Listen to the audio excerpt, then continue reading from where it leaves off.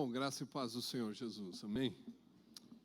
Para mim é sempre uma dificuldade, todo mundo acha que é fácil, mas para mim é uma dificuldade tremenda falar em público, eu tenho medo, né? Minha mulher, ela sabe quando eu vou pregar no fim de semana, porque eu fico no banheiro muito tempo, então eu tenho TPM, tensão pré-mensagem, né? Então é uma dificuldade tremenda. Né? E minha mulher fala para mim assim, você deve estar com medo já, né? Eu falei, com medo. Então eu tenho muito medo de falar em público, talvez é por isso que eu dou risada. E quando não tem púlpito ainda eu fico mais preocupado, né? Porque eu não posso esconder minhas pernas que estão tremendo. Mas assim, eu queria que você abrisse sua Bíblia lá em João, capítulo 13, e nós vamos ler. Aqui nós conversamos sobre algumas coisas no sábado pela manhã, no sábado à noite, no domingo de manhã e agora, né? E para mim tem sido muito legal aqui ter conhecido vocês e aprendido com algumas pessoas que nós conversamos. Foi muito bom, né? E é um prazer e quero agradecer, né? Quero agradecer ao Márcio, quero agradecer à igreja que me convidou e que me deram a oportunidade de estar junto com você. Então, para mim, é sempre um motivo de alegria poder compartilhar da palavra de Deus, apesar do medo que eu tenho de falar em público, né? E eu queria, e uma das coisas que nós enfatizamos muito é uma comunidade que ela tem que deixar de ser liturgística, né? Uma comunidade que ela deixa de ter vida dentro dela para ela ter vida fora dela. Então, uma igreja, uma comunidade liturgística é aquela igreja que fala para si, que ouve de si e vai contemplar a si mesmo. Então, nós tentamos aqui nessas conversas mostrar que o reino de Deus é maior do que um encontro de domingo ou encontro no templo com algumas pessoas. E eu fiquei pensando em tudo que nós dissemos e percebo que ainda faltam algumas coisas, como quais são as qualidades de um cristão que deixa de ser liturgístico para poder ser o protagonista do reino de Deus. Então, a minha proposta nessa noite é tentar não convencer você, mas conversar com você sobre as qualidades de um cristão que se torna protagonista do reino de Deus. Quais são essas qualidades? Né? Então, eu separei nesse texto aqui 65 qualidades que a gente pode conversar essa noite, né?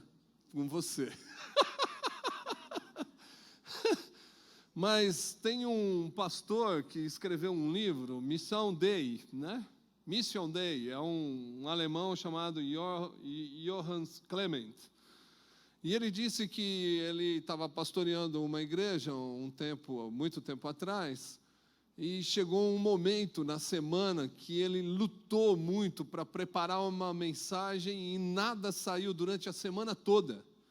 Durante a semana toda ele lutou com o texto, ele estudou o texto, estudou livros, queria falar algo que viesse de Deus e não vinha nada para ele falar. Então ele foi muito franco com a igreja. Ele subiu ao púlpito e falou para a igreja, eu estudei, não deixei de estudar, minha parte eu fiz, trabalhei muito num texto, mas não tenho confiança que é isso que Deus quer para nós. Então eu não tenho nada para falar essa noite. E aí ele desceu do púlpito e sentou. E quando ele desceu do púlpito e sentou nos primeiros bancos, teve um senhor de muito tempo de cristão que ele se levantou e falou, não é possível que o pastor não tenha uma palavra para nós. Alguma coisa está errada na nossa vida. Então, se Deus se silenciou com a gente, é porque nós não estamos fazendo nada. Precisamos fazer alguma coisa para que Deus comece a falar com a gente. E aí ele diz no seu livro que aquele homem diz da seguinte forma, a nossa igreja está fundamentada na nossa inércia, porque nós não fazemos nada para o mundo, para a cidade, para o nosso país, nós achamos que nos reunindo aqui, nós vamos resolver o problema do mundo espiritual. E aquele senhor falou assim: nós não podemos resolver só os problemas do mundo espiritual. O que falta para nós é resolver problemas que a sociedade está enfrentando. E a partir daquele momento que o pastor não tinha o que falar, ele disse que foi a maior mensagem que ele já trouxe na vida dele inteira de ministério, que já tinha 30 anos, quando ele escreveu esse livro. E aí eu fico me perguntando muitas vezes que se a retórica, se a dialética que nós usamos, ou o discurso que nós usamos, muitas vezes não atinge o coração do homem ao ponto de transformá-lo num agente do reino de Deus. E aí eu queria, nessa noite, não falar que eu não tenho nada para dizer, mas eu queria que você me ajudasse a entender que existem qualidades que vão fazer com que a gente seja diferente nessa cidade chamada Londrina, nesse país chamado Brasil, que é tão corrupto. Mas eu gostaria mesmo de deixar uma mensagem para você. Não vou fazer como o Johannes Clement. E eu conheci esse homem pessoalmente, e para mim foi uma coisa muito importante, porque vi o temor e o tremor que ele tem em relação a Deus. E é uma igreja ainda atuante na Alemanha, onde eles fazem vários projetos sociais e enviaram muitos missionários para o campo, depois dessa mensagem de silêncio de Deus. Eu espero que nessa igreja não haja o silêncio de Deus, mas que Deus possa mexer na tua vida ao ponto de fazer com que você se torne um agente do reino, onde o que é mais importante é a vida do outro, a vida daqueles que sofrem e aqueles que ainda não entenderam que o Evangelho vai contra toda a situação liturgística de uma comunidade. Tá bom? Vamos ler a Bíblia. A Bíblia diz assim, em João capítulo 13, do verso 1 ao verso 17. Diz assim: Ora, antes da festa da Páscoa, sabendo Jesus que era chegada a sua hora de passar desse mundo para o Pai, tendo amado os seus que estavam no mundo, amou-os até o fim. E durante a ceia, tendo já o diabo posto no coração de Judas Iscariotes, filho de Simão, que traísse a Jesus, sabendo este que o Pai tudo confiara às suas mãos, e que ele viera de Deus e voltava para Deus, levantando-se da ceia, tirou a vestimenta de cima e, tomando uma toalha, cingiu-se com ela. Depois, deitou água na bacia e passou a lavar aos pés dos discípulos e a enxugar-lhes com a toalha com que estava cingido. E aproximou-se, pois, de Simão Pedro, e esse lhe disse: Senhor, tu me lavas os pés a mim? Porque Pedro era corintiano. E respondeu: o que eu faço não sabes agora, compreendê-lo-ás depois. E Pedro, sendo corintiano, nunca me lavarás os pés. E respondeu Jesus: se não te lavar os pés, não tem parte comigo. Então Pedro lhe pediu: Senhor, não somente os pés, mas também as mãos e a cabeça. Não tinha entendido ainda. E declarou-lhe Jesus: quem se banhou não necessita de lavar senão os pés, o quanto mais está todo limpo. Ora, vós estáis limpos, mas não todos. Pois ele sabia quem era o traidor, e foi por isso que lhe disse: nem todos estáis limpos. Depois de lhes ter lavado os pés, tomou as vestes e, voltando à mesa, perguntou-lhes: compreendeis o que vos fiz? Vós me chamais de mestre e senhor, e dizei bem, porque eu o sou. Ora, se eu, sendo senhor e mestre, vos lavei os pés, também vós deveis lavar os pés uns dos outros. Porque eu vos dei o exemplo, para que, como eu vos fiz, façais vós também. Em verdade vos digo que o servo não é maior do que o seu senhor, nem o enviado maior do que aquele que o enviou. Ora, se sabeis estas coisas, bem-aventurados sois, se as praticardes. Então, no verso 17, a gente pode traduzir da seguinte forma: ora, se sabeis dessas coisas, vocês serão enceusados se vocês fizerem. Então, não existe uma palavra para no grego para bem-aventurança. Nós discutimos, os teólogos, os biblicistas, discutem muito para falar sobre a bem-aventurança. Bem-aventurança é feliz, bem-aventurança não é feliz, bem-aventurança é alegria com tristeza, perseguição, mas na verdade não existe uma palavra em português que possa traduzir a bem-aventurança no grego, mas uma palavra que se aproxima muito é enseusado, porque é o céu dentro de você, isso é bem-aventurança, quando o céu está dentro de você. Nós, como brasileiros, nós temos infernizar, mas enseusar nós não temos.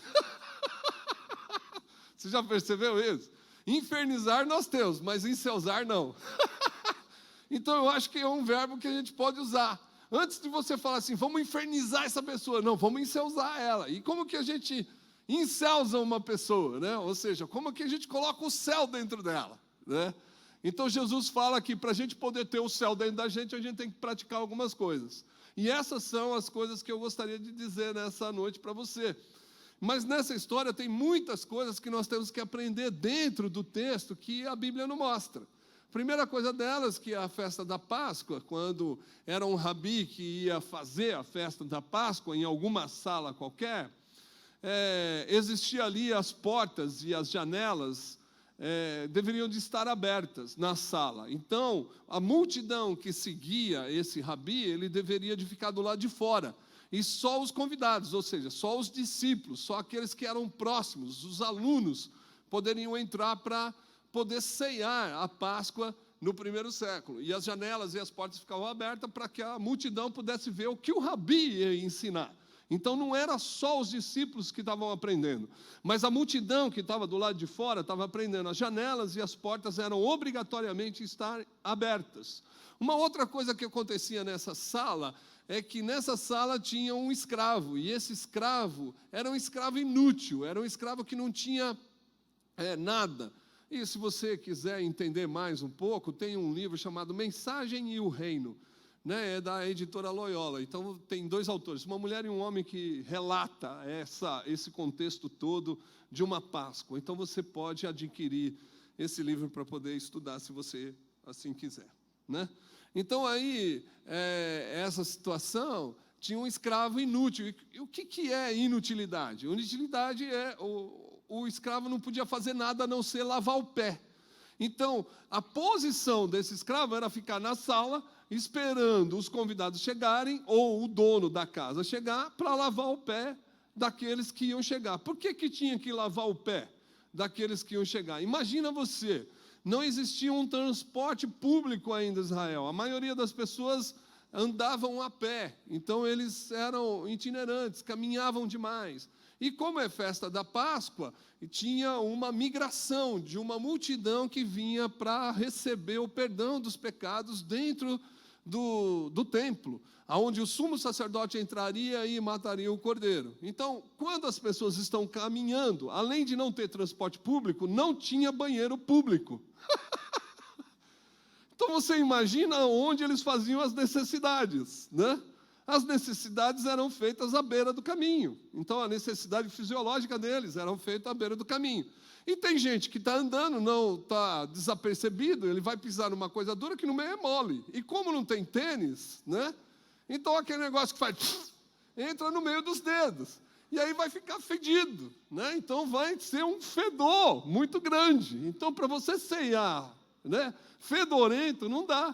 Então, você tem que lavar o pé. Então, o escravo, ele tinha a função de, enquanto as pessoas comiam, por causa do odor que subia, ele tinha que lavar o pé daqueles que estavam jantando, ceando, fazendo a ceia da Páscoa.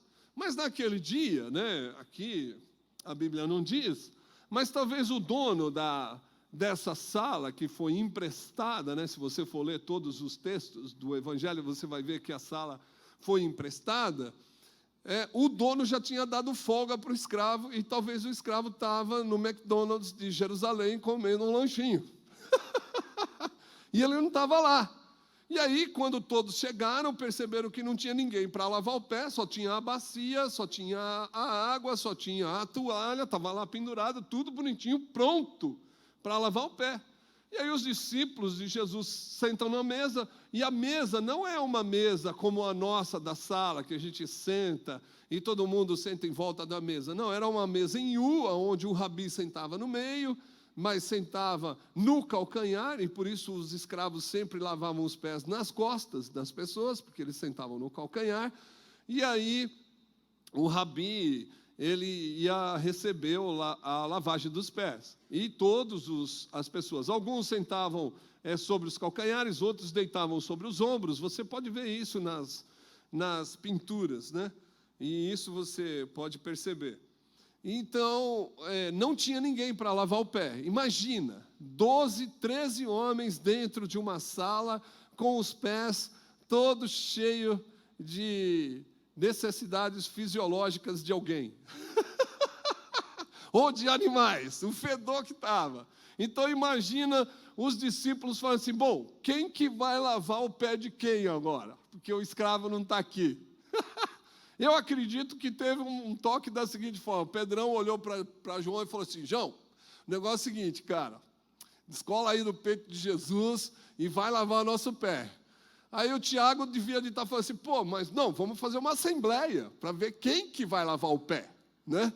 Aí Tomé vai falar assim, pô, mas não acredito que ninguém vai lavar nosso pé, não acredito que ninguém vai fazer isso pela gente. Aí Judas deve ter falado da seguinte forma, bom, eu não vou lavar o pé de ninguém porque eu vou trair mesmo, então não vou lavar o pé de ninguém. E naquela discussão toda de saber quem que vai lavar o pé de quem, o que acontece? Jesus se levanta, se despe, e quando a palavra despir, né, aparece, na verdade é ficar nu, né? E tem um significado judaico, porque todo rabi que fica nu na frente dos seus discípulos quer mostrar quem de verdade ele é.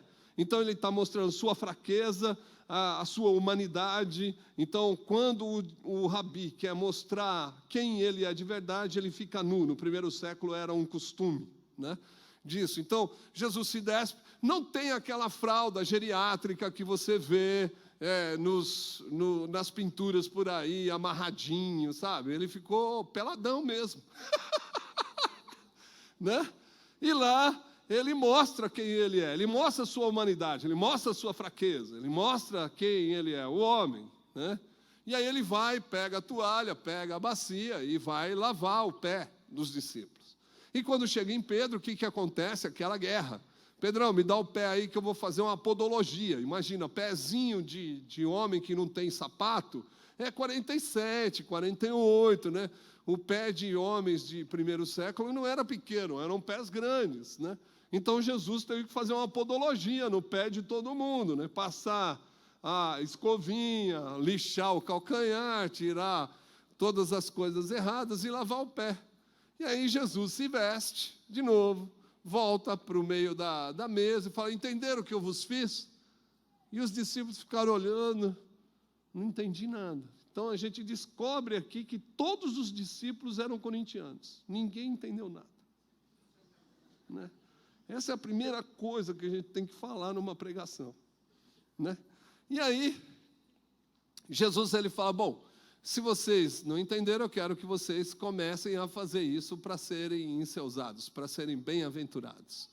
Então, quais são as qualidades de um homem que vai ser protagonista do reino de Deus, ou que vai, de verdade, assumir uma posição diante de uma comunidade para mudar ela, para transformar a vida das pessoas? Uma das coisas que nós sonhamos é que o povo de Deus tem que se render à vontade de Deus. E aqui existe uma coisa sobrenatural, aonde as pessoas vão aprender que eles precisam se render ao Senhor Jesus. E se render não significa ser alguém que vai mandar, vai ser alguém que será mandado. Mas para isso, ele precisa aprender. Então, a primeira qualidade que eu quero deixar nessa noite para você é que lá no verso 1 do capítulo 13 está escrito que Jesus amou os seus e amou-os até o fim. E amar até o fim é uma qualidade que nós precisamos ter se queremos ser protagonistas do reino de Deus. E não simplesmente seres litúrgicos, aonde nós vamos cultuar a Deus. Seres litúrgicos são aqueles que vêm com o pedido pronto para Deus, para que Deus possa se tornar o balconista do meu desejo. Então Deus se torna o balconista e a igreja se torna o balcão, onde eu exponho aquilo que eu necessito, e o Deus que é balconista vai me dar aquilo que eu quero. Então essa é uma das qualidades do ser litúrgico, né? do ser liturgístico.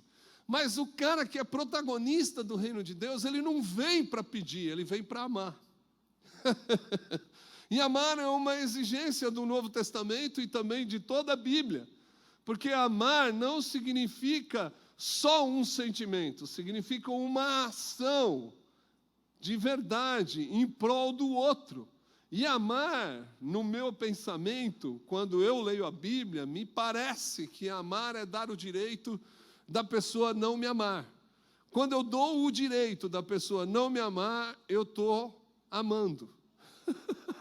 Essa é uma das definições de amor. E se nós formos ver, isso está muito claro tanto no Antigo Testamento como no Novo, né? Deus, ele deu o direito do homem não amá-lo, mas ao mesmo tempo Deus continua amando o homem. E é uma das coisas que nós precisamos entender. Se nós queremos sair do ser litúrgico para passar a ser do reino de Deus, ou protagonista do reino de Deus, nós temos que avaliar as nossas ações de amor. E as nossas ações de amor hoje não são ações de amor do Novo Testamento, mas são ações de amor que foram impregnadas com uma comunicação totalmente errada. Porque amar hoje é trocar presente. Amar hoje é uma troca de ações que não tem nada a ver com amar sem dar o direito. Se eu amo, eu exijo que você me ama. E isso não pode acontecer no Novo Testamento e no Evangelho, porque o Evangelho, Jesus amou e não permitiu ou deu o direito dos seus próprios discípulos não amarem. Por que ele não amou? Porque a gente percebe que todos eles abandonaram Jesus na cruz. Então, a gente pode perceber que apesar dos 3 anos de amor, eles não conseguiram amar Jesus, mas Jesus os amou. Então, para a gente poder entender o amor, nós podemos ver dessa forma, que amar é dar o direito da pessoa não me amar. Você já imaginou você amar alguém que não te ama? Mas é isso que Jesus quer. E quando nós vamos fazer missões, ou quando nós temos uma posição que queremos ser agentes do reino de Deus, nós temos que amar pessoas que não sabem amar, e não pessoas que sabem amar. Então, amar é dar o direito da pessoa não amar você. Vamos repetir aqui? Não sei se você faz isso. Eu também não tenho costume de fazer isso, mas me vem uma vontade doida de ouvir você falar essa frase para você guardar.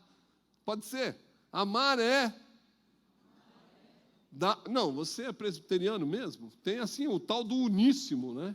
No presbiteriano, né? Então, vamos lá. Amar é dar o direito da pessoa não te amar. Difícil de falar, né? Vamos ficar de pé então, vamos praticar esse amor agora. Aí, você vai pegar um irmão seu, você vai dar um abraço de quebrar a costela e você vai falar para ele assim: eu amo você, meu irmão. Quebra a costela dele, vamos lá.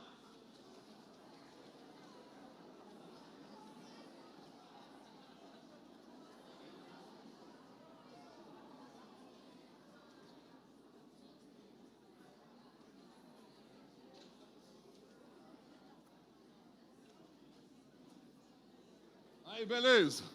Não, tem que dar um abraço forte. Se é namorado, não encosta muito, senão pega fogo, né? Vamos lá? Agora vamos fazer o que Jesus mandou. Não é gostoso ouvir que a gente é amado? Agora você vai sair do seu lugar e vai falar para o seu inimigo: eu amo você. Ah, aqui não tem inimigo, né? Poxa, é verdade, nós estamos na igreja, caramba, é verdade. Aqui ninguém fala mal um do outro. Pô, é verdade, nós estamos na igreja, caramba.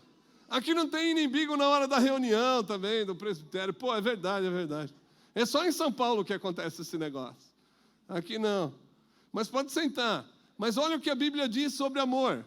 Mateus 5, de 43 em diante, diz assim: ouvistes o que foi dito? Amarás o teu próximo e odiarás o teu inimigo. Eu, porém, vos digo, amai os vossos inimigos e orai pelos que vos perseguem, para que vos torneis filhos do vosso Pai celeste, porque Ele faz nascer o seu sol sobre os maus e bons, e vir chuva sobre os justos e injustos. Porque se amardes os que vos amam, que recompensas tendes? Não fazei o publicano também o mesmo? Se saudardes somente os vossos irmãos, que fazeis demais? Não fazei também os gentios também o mesmo? Portanto, sede perfeitos como o vosso Pai é perfeito.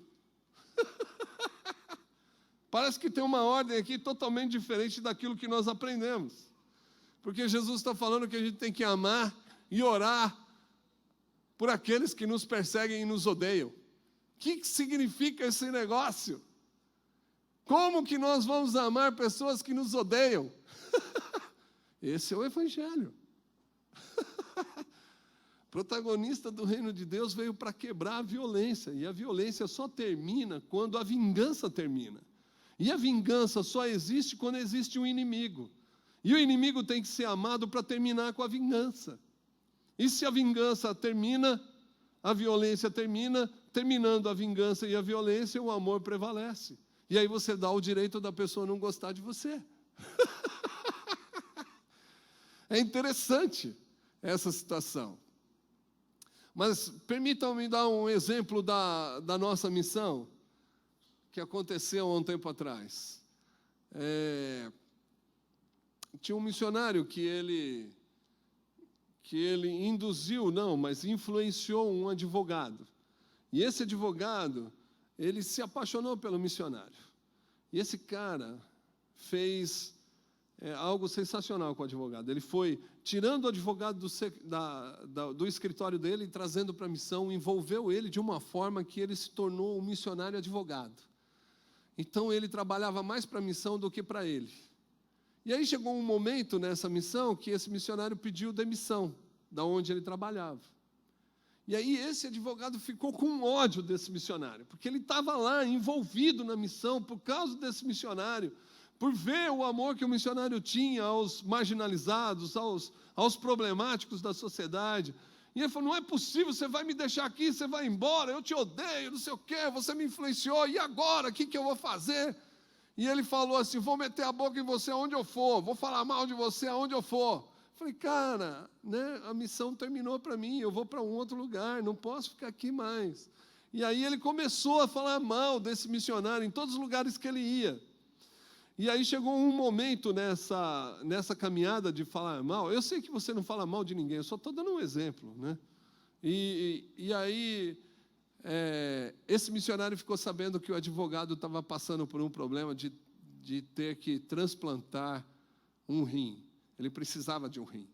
E ele frequentava uma igreja de 1.500 membros. E esse missionário era sustentado por essa igreja. Ele falou tão mal desse missionário, que a igreja parou de sustentar o missionário.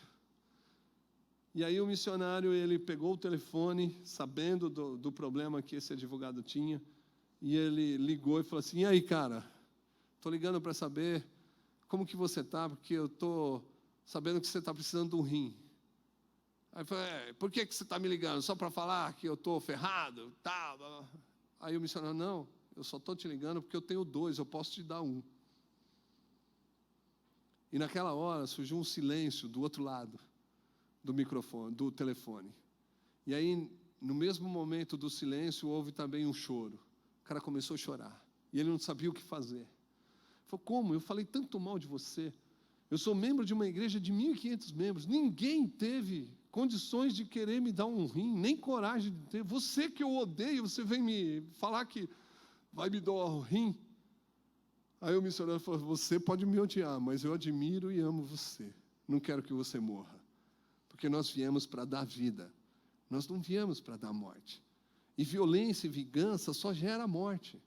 E Deus, Ele nos ensina que nós temos que amar. E amar é dar o direito da pessoa não me amar, mas eu vou continuar amando ela. E aí ele falou assim, mas como assim? Eu falei, então, é só marcar um dia, eu vou aí fazer exame. O missionário disse. Ele desligou. Depois de uns 2 dias, ele liga de novo chorando. Eu falei, não entendi ainda. Eu falei, você é corintiano, não é possível, né? Porque não entender um cara que quer doar o rim, você está querendo receber, o que mais você precisa entender? Aí ele conversou com o médico, fizeram os exames, tudo. Deu certo. O cara era compatível.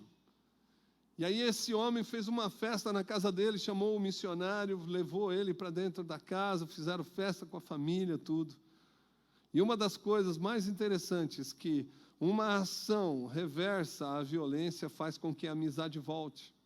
Então amar é isso. É fazer com que as pessoas, mesmo que tenham ódio de você, você tem que reverter essa situação amando. E ela vai ficar tão brava, que Paulo fala que vai criar brasa viva na cabeça dele. Né? Porque a Bíblia fala, ó, se o teu inimigo tiver fome, dá de comer sem racumim. Se o seu inimigo tiver sede, dá de beber, que não seja veneno. E isso vai criar, Romanos 12 diz isso, e isso vai criar brasas vivas na cabeça dele. Por que que nós, que falamos, que seguimos o Cristo, nós não conseguimos sair da liturgia para ter uma ação dessa? Porque nós não aprendemos a fazer isso. A sociedade nos empurra a sermos violentos. A sociedade nos empurra a não dar oportunidades. A sociedade nos impulsiona a ser inimigos constantes, uns dos outros. E nós não podemos ser assim. Não podemos ser influenciados por uma sociedade que tem um sistema de morte, mas nós temos que ser influenciados pelo Evangelho que tem um sistema de vida. E vida é terminar com a vingança. E terminar com a vingança é amar o inimigo. A gente tem que fazer isso. E nessa história, depois o missionário descobriu, por causa do exame, que ele não poderia doar o rim para esse advogado. Por quê? Porque ele tem um problema no rim.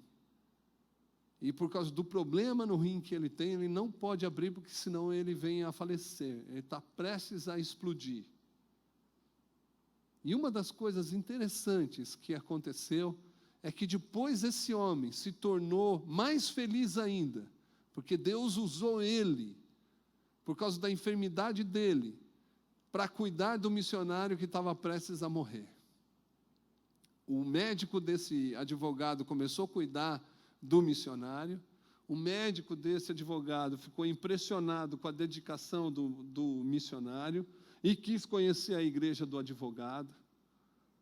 E o advogado, mesmo fazendo hemodiálise, leva um médico para dentro da igreja, e o médico, vendo toda a ação de bondade entre os dois, ele se converte. Então, os efeitos do amor sempre vai trazer a realização da pessoa de Jesus para aquele que não tem Jesus. Sem falar nada. Simplesmente atitudes de terminar com o ódio. Então, o que nós precisamos entender nessa noite é que a primeira qualidade que nós temos é a qualidade de amar, e amar é dar o direito da pessoa não me amar, e ela vai me odiar, mas eu vou continuar amando, porque o amor vai minando o ódio ao ponto de a pessoa não ter mais possibilidade de odiar. Ela vai continuar amando.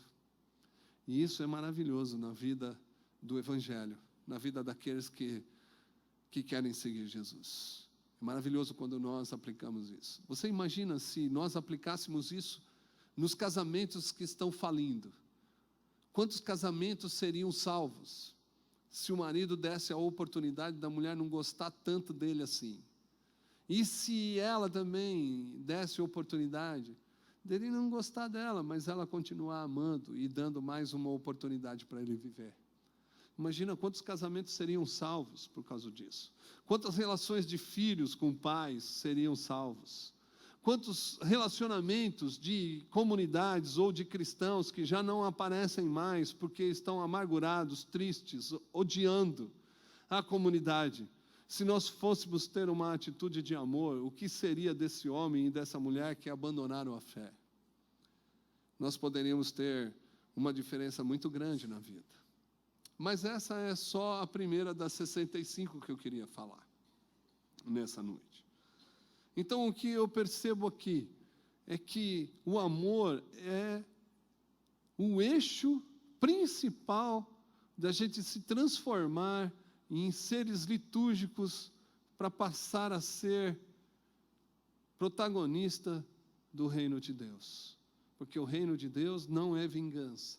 O reino de Deus é uma ação de justiça, e a ação de justiça nasce com amor ao outro, ou com amor ao próximo, com amor àquele que te pertence, aquela pessoa que está perto de você sofrendo.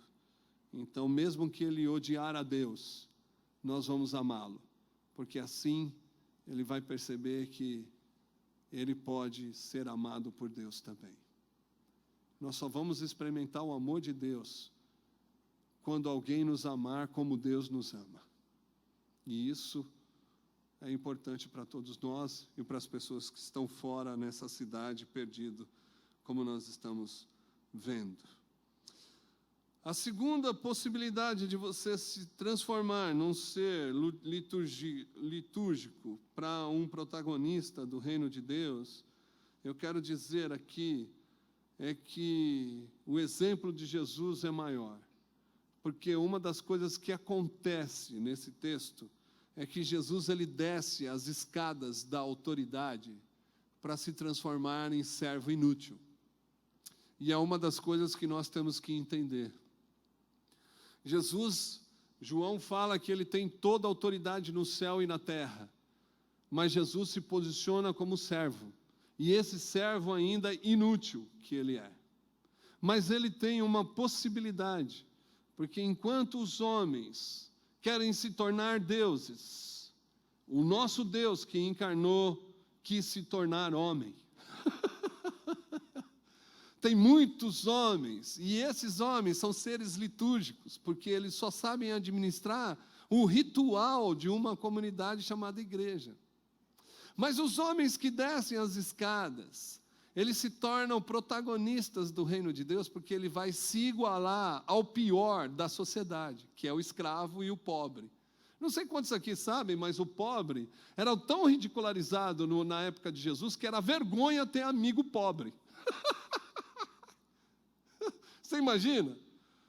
Eu ia ser o cara mais envergonhado do mundo, porque eu só tenho amigo pobre. Miserável, acho que pobre é pouco, miserável. Gente que não tem nada, não tem nem o que comer. Que rouba para poder comer. E que muitas vezes eles olham para mim e falam assim, não, só foi um furto. Mas não pode, cara. Mas como eu ia comer, pastor? Não dá, eu preciso furtar, porque senão não, né? Na feira, então, no mercado, então, quando eu vejo os meninos, as meninas, tudo no mercado, eu falo, ó, tô vendo, hein? Aí eles falam, pô, pastor, mas senão eu não vou comer.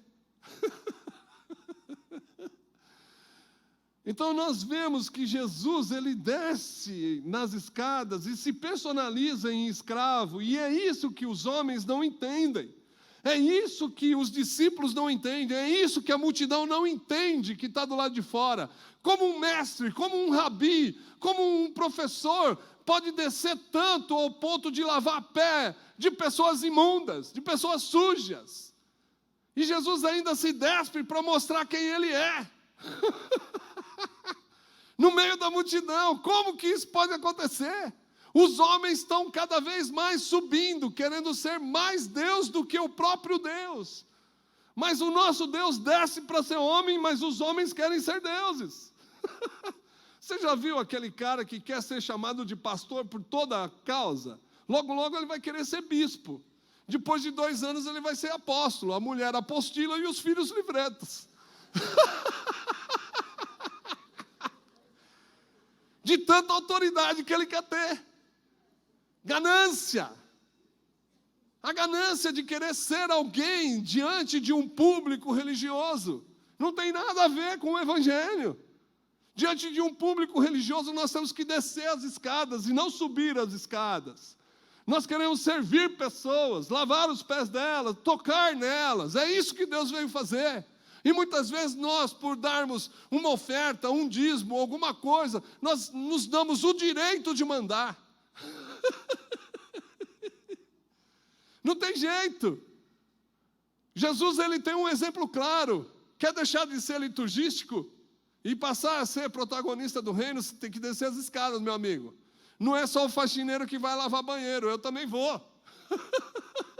Não é só as pessoas que vão lavar a louça e me servir, eu também vou servi-los. Eu, quando vou na casa de alguém, ou quando eu durmo na casa de alguém, eu tento pelo menos fazer alguma coisa, que é arrumar a cama, lavar a louça, sei lá, lavar banheiro. Eu não gosto muito de lavar banheiro, por isso que eu lavo todo fim de semana na minha casa o banheiro, porque eu não gosto. Eu falei, não, então eu vou lavar. Vou fazer a coisa que eu menos gosto de fazer. Né? E Jesus, ele desce, e quando nós entramos na igreja, nós achamos que nós somos mais do que as pessoas que estão do lado de fora. Você já percebeu isso? Que nós achamos que nós somos melhores, porque Deus está com a gente. Mas Deus está com a gente para a gente se misturar com as pessoas, e não para ser melhor. E é essa situação que nós temos que entender. A autoridade não está em subir em autoridade, mas em descer para ser igual. A autoridade de um líder, a autoridade de um cristão, não está para subir em autoridade, mas para descer para ser igual. Quanto mais igual, mais humano, mais apaixonado por gente, quanto mais alto, mais longe de pessoas, mais desumano eu serei. Por isso que Jesus se mistura com o pobre, por isso que ele senta, ele come com os pobres, ele come com os pecadores. Teve um menino que escreveu no Facebook, pô, queria ser igual a você, quero copiar você, como que eu faço? Eu falei assim, seja pecador, assuma seu pecado, coma com pecadores, ande com pecadores, seja santo. É isso. Não tem outra coisa para falar. O que eu vou falar? Que eu não sou pecador? Que eu sou melhor? Não, cara, eu sou pecador, eu peco. Eu vivo com pecadores, eu falo palavrão, né? Que é horrível para a comunidade cristã falar palavrão. Né? Mas eu não falei nenhum hoje. Não, hoje não, aqui.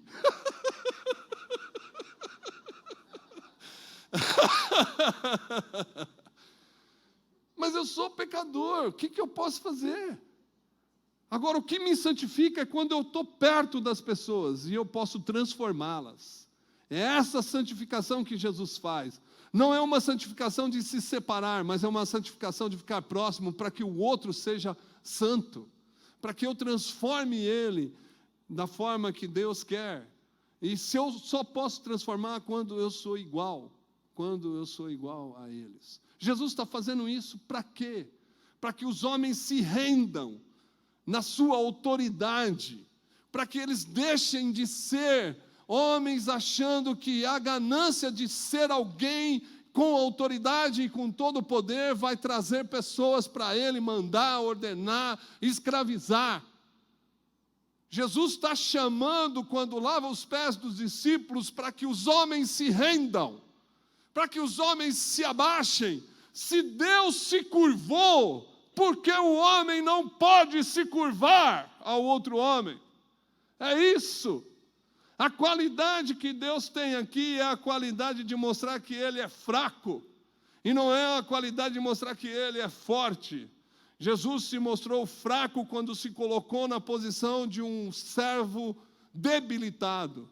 E muitas vezes nós queremos ser muito mais forte do que até o nosso próprio Deus. Tem um homem que chegou na minha casa por acaso. É uma coisa assim impressionante. Um cara traficante de droga internacional, preso na Alemanha, eu não sabia. E aí eu fui buscá-lo no aeroporto. Por que eu fui buscá-lo? Porque o meu amigo ligou para mim e falou, você pode ajudar o fulano de tal, que está indo da Alemanha, ele precisa tirar documento e tal, ajuda ele aí. Eu falei, tirar documento só eu ajudo. Fui lá buscar o cara no aeroporto. Cheguei no aeroporto e tal, encostei, esperei o cara, falei assim, pô, legal, cara, você estava na Alemanha, 4 anos, pô, joia, hein, cara. E aí, conheceu o quê? Que cidade você conheceu? Conheceu tal. Como que é a cidade de Berlim? Como que... Ele falou, cara, estava preso. Eu falei, é? Onde? Falou, não, a cadeia de Frankfurt, eu sou traficante de droga internacional. Falei, sério? Falei, Falei, não, ninguém me falou. Falei, é verdade? O Ronald não te disse? Falei, não, só falou para eu ajudar. Eu pensei que você estava a passeio, viajando, alguma coisa. Aí eu falei, bom, chegou no lugar certo. Porque na minha casa só tem bandido mesmo, mais um não tem problema. E ele chama Mário, esse homem. E ele veio com 2.000 euros, porque ele trabalhou na cadeia para ganhar os 2.000 euros. E ele se achava melhor do que os outros que estavam na mesa. Sempre ele falava isso para mim. Eu falei, não, eu sou diferente. A minha cultura é outra. Eu falo 5 idiomas. Né? E ele fala mesmo. Né? 5 idiomas. Fluentemente. Né? E eu aprendi muitas coisas com ele. E ele passou 2 anos na minha casa. Mas os primeiros meses foi o pior mês para ele. Ele se achava melhor do que eu, porque ele falava mais. Ele se achava melhor do que as pessoas que moravam na minha casa, travesti, prostituta, bandido, assassino. Ele se achava melhor do que os outros. Eu falei, Mário, você é igual a nós. Nós somos todos iguais. Sentamos na mesma mesa. E aí ele começou a usar droga e se prostituir. E foi impressionante. Porque eu olhava para ele e eu falava assim, como que eu posso fazer para mostrar Jesus para esse cara? Traficante, 4 anos preso. Ele não aguenta ficar em casa, vai gastar dinheiro, como que eu faço? E aí eu comecei a orar e falar que eu ia ter uma atitude diferente, porque eu não poderia abandonar esse homem. Ele não sabia viver na rua do Brasil. Ele não sabia viver na rua de São Paulo. E aí eu comecei a dar oportunidade para ele. E como eu estava escrevendo um artigo, e eu escrevo de madrugada, ele chegava de madrugada e olhava pela janela, eu estava lá. E ele falava para mim assim, errei. Eu falei, eu sei. Entra, Mário. Que bom que você chegou. E eu abraçava ele, nós sentávamos, ele chorava amargamente. Depois de um mês, estava fazendo de novo. Aí foi acabando o dinheiro que ele tinha. Até que no último momento, ele não tinha mais dinheiro, ele chegou e falou para mim, perdi tudo, não tenho mais nada. Eu falei, tem a sua vida. Você se acha melhor do que os outros, mas você é igual. Você usou droga, se prostituiu, gastou todo o seu dinheiro dissolutamente. Mas eu quero falar para você que você tem vida. Dei um abraço nele e falei, ainda bem que você não morreu, está vivo. E aí esse homem, ele começou a chorar, que é uma coisa que ele nunca fez nesses meses todos. Ele começou a chorar e ele me batia no peito assim. Por que você faz isso todas as vezes que eu chego? Faço o quê? Me recebe de volta. Eu falei, por quê? É meu modo. Eu quero receber você todas as vezes que você chegar. Aí ele começou a falar da infância dele. Meu pai me mandou embora. Primeira vez que eu usei droga, meu pai não quis me receber mais. Minha mãe me batia todas as vezes. E você nunca falou nada, nem gritou comigo. Eu falei assim, porque você é gente. E eu quero ver você livre disso. E ele me abraçou, chorou. E falou, eu não aguento mais essa ação. Eu quero me render. Eu quero me render a esse Deus que você tem falado todas as manhãs na mesa para mim. E eu quero servir esse Jesus de todo o meu coração. E eu quero prometer aqui diante de Deus que eu não vou usar mais droga, que eu não vou me prostituir, que eu não vou fazer mais nada errado. Porque eu quero servir esse Jesus que você está me mostrando, que Ele simplesmente quer a rendição do homem. Eu não queria me render. Mas hoje eu entendi que eu posso me render ao Senhor. Aí nós oramos, eram 3 horas da manhã isso. Por isso que eu gosto de sair 6:30 da manhã, de um voo na sexta-feira ou no sábado. Porque sexta-feira, sábado, estou dormindo 3 horas da manhã. E eu gosto de acordar 4 depois, para viajar.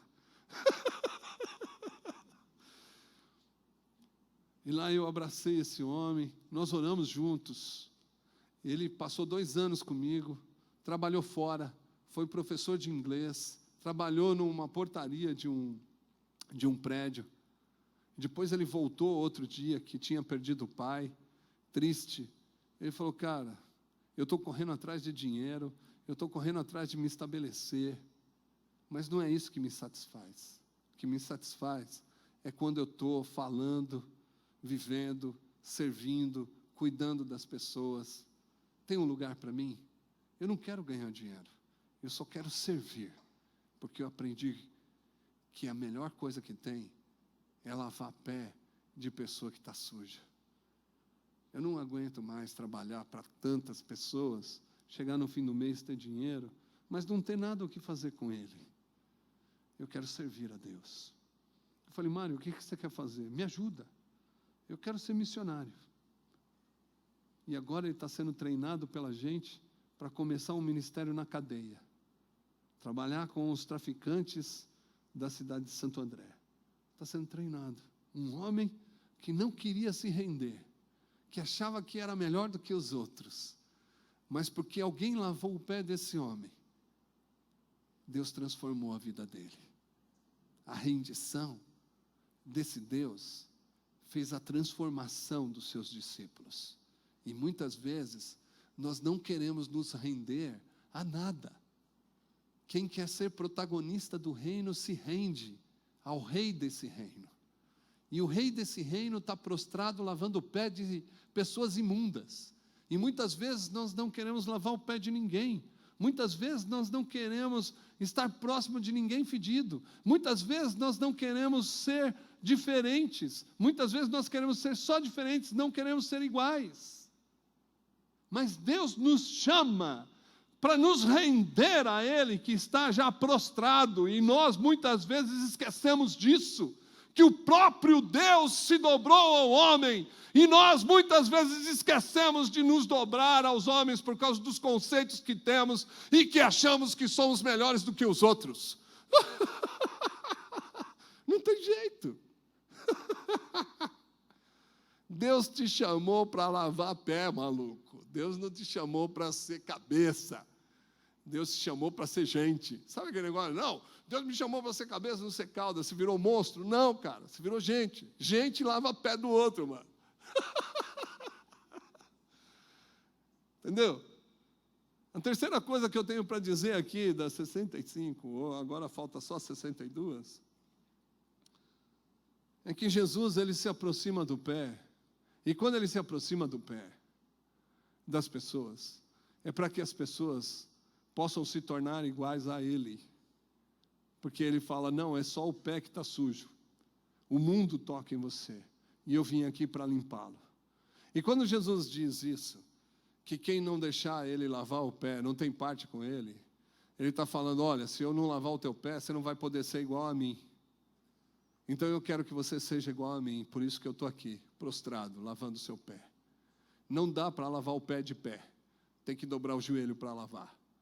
Não dá para lavar o pé sem se sujar com a sujeira dos pés. Então esse Deus é um Deus que se envolve ao ponto de transformar o homem. E uma das coisas que Jesus deixa claro é que se ele lavar o pé, você vai se tornar igual a ele. É só o pé, mais nada. E muitas vezes nós não queremos dar nada para Jesus. E muitas vezes queremos muito de Jesus. Mas o que Jesus quer é transformar pessoas que são litúrgicas em protagonistas do reino. E para ser protagonista do reino tem que ser igual a Ele.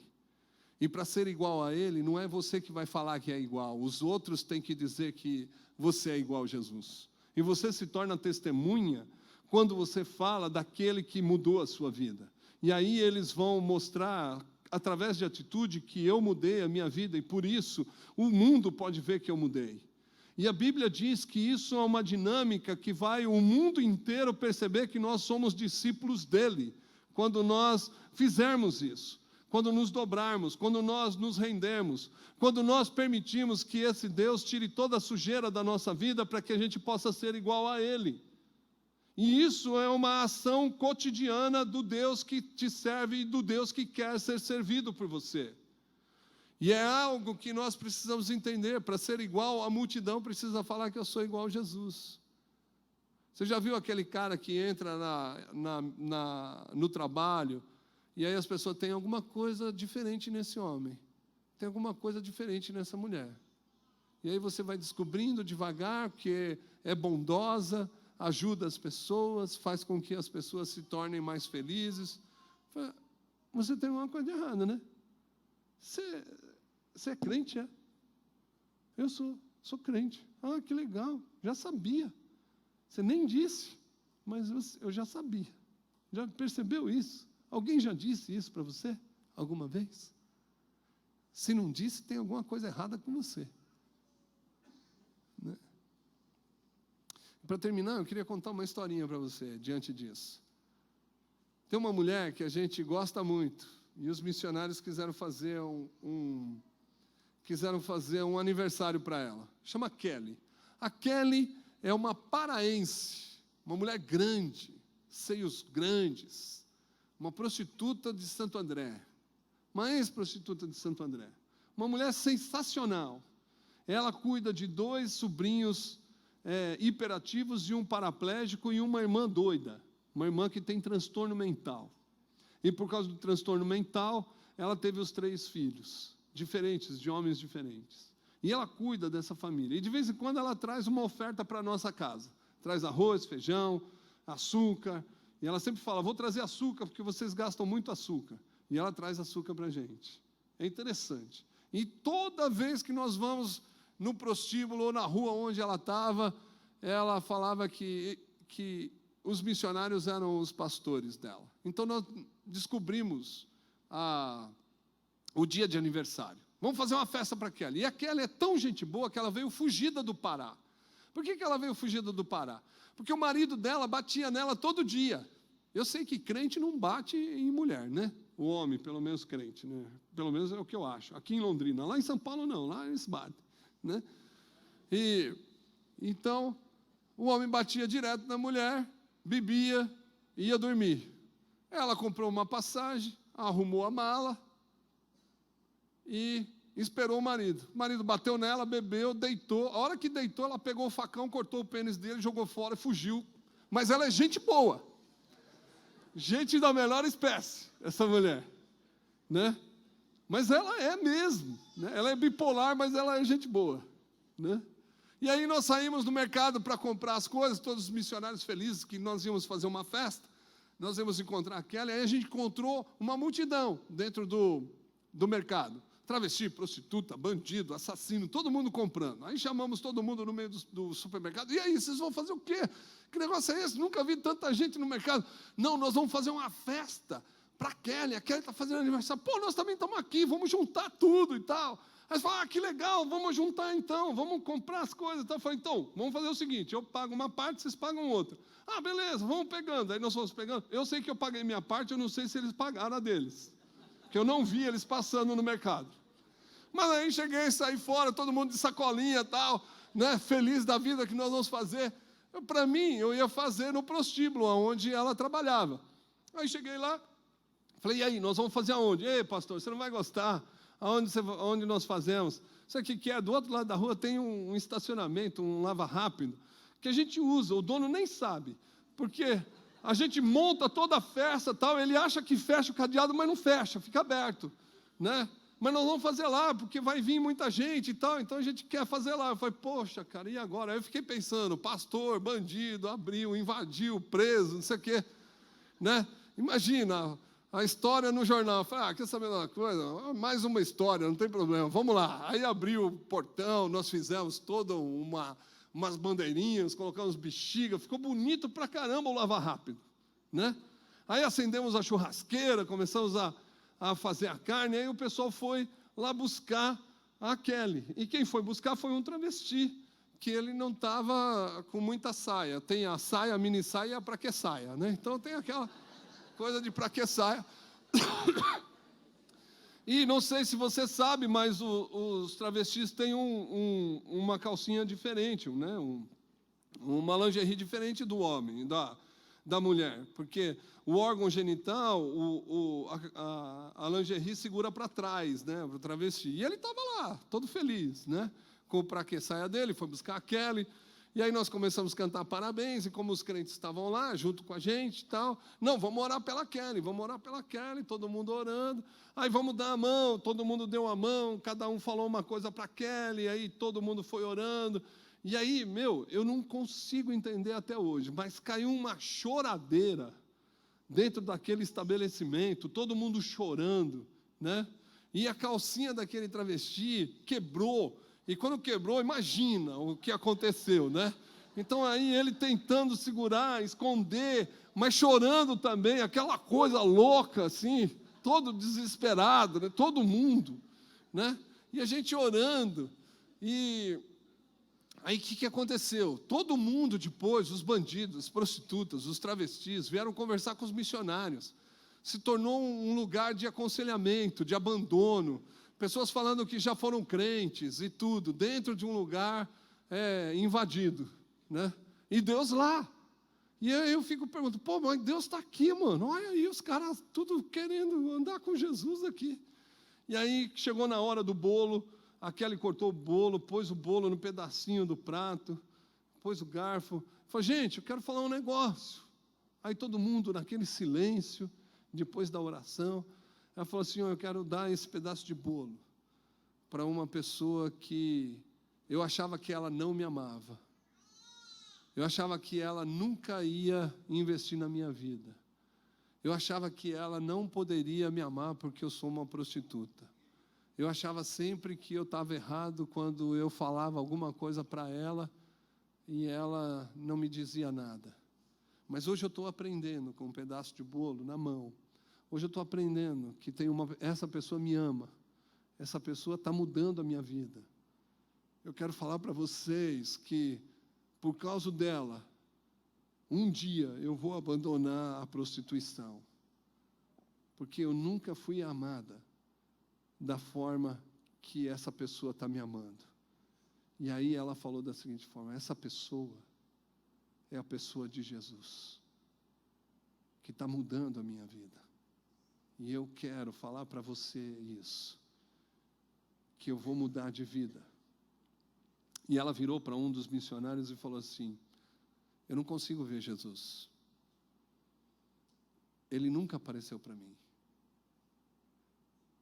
Mas quando eu olho para você, eu vejo Jesus em você. Come esse pedaço de bolo no lugar de Jesus para mim. Essa mulher, ela entendeu quem é Jesus.